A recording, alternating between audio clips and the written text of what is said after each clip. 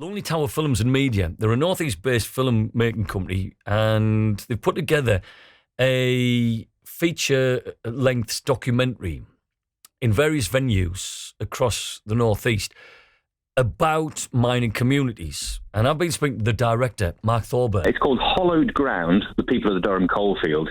It wasn't initially intended to be out to mark the anniversary, but it was delayed due to COVID and all of that kind of thing. So it's a project we've been tinkering with for a number of years. And what we want to do with this film, and what we hope we have done, is to tell the story of the community cultures of the Durham coalfield. So yes, of course, it involves the miners' strike and the effect that had on those communities. But it's also about, the art, the culture, the society that came out of this, dark, dangerous industry. Not only was the industrial wealth and culture created, we also had a County Durham culture which was really specific. And that's the one which is still hidden. They did music, they did art, and they did the written word in a way that very, very few sectors of the working class have ever done. My grandfather was a coal miner, and he would always tell me of the benevolence of mining communities, setting up of welfare halls, effectively setting up the first welfare system by looking after their brethren if they got injured down the pit. There is that real culture of community within coal mining villages and towns. Yeah, absolutely there is. And the producer on the project, my partner Marie Gardner, wrote a book called Sunderland Industrial Giant, and it was about the sort of the lost industries of Sunderland in particular. And obviously Wearmouth Colliery featured heavily in that, and that was the last pit in what you class as the old county of Durham to close. And that's a sort of pit in a large town. Within the pit villages, they were very much isolated and on their own. And you're quite right. They would build their own welfare system, as it were, way ahead of any sort of government support. The wages from the miners, or a percentage of them, would be going into paying for the local doctor, or building the welfare hall, or building sports facilities. So when you lose the industry, that support also goes. So the impact is more than the loss of jobs. And there was that real thing, wasn't there, with mining communities? Because that category G villages where they just thought, mining's finished, let's stop that. We'll move you to Peterlee or Newton Aycliffe. Mining communities have like a cockroach, have sort of survived. And when you go into these communities, did you find that there's still that thriving heartbeat of everybody there to help each other?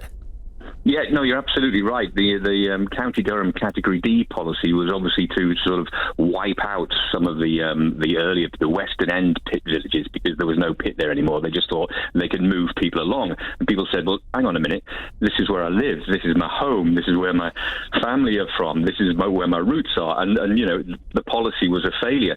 So yes, trying to uproot people who've invested their souls into the geography, is wrong and very, very difficult to do. But one of the things within the film that we wanted to highlight, because the people who were interviewed in the film are friends, neighbours. We've got to know people really, really well, and they've been very, very generous with us with their stories. What we didn't want to do was to make it look like it's rose tinted. Everything is fantastic. We go to the gala once a year, and it's all brilliant, because that is an element of it.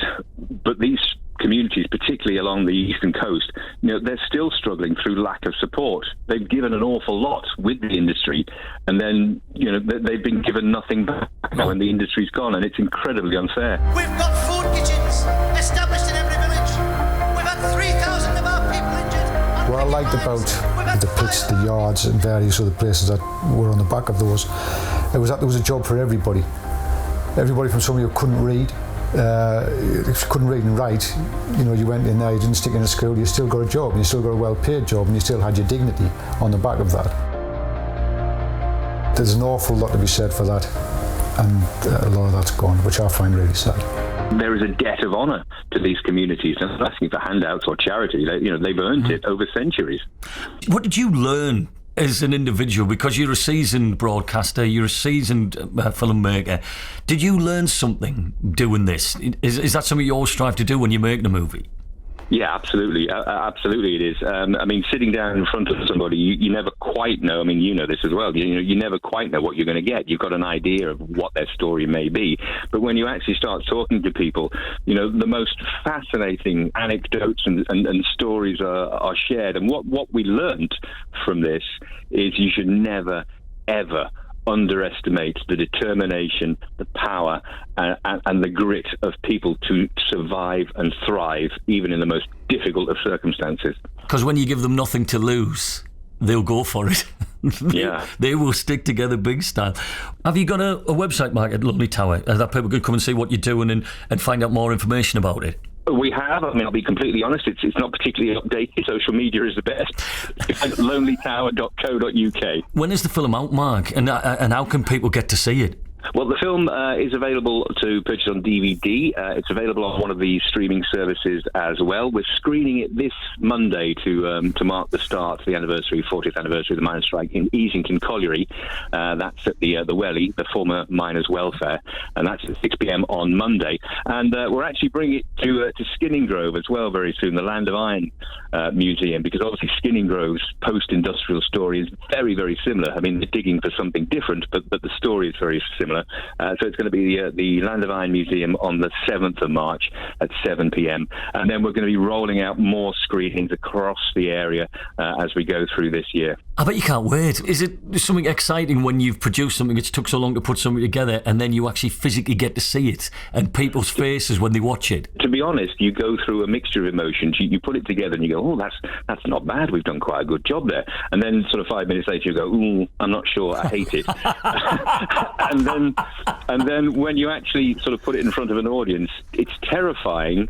But this has produced such a wonderful, humbling response from people. People, you're helping to tell the story with their help of their community, and it's incredibly personal to them, and then becomes incredibly personal to us. And for them to turn around and go, "You got it right."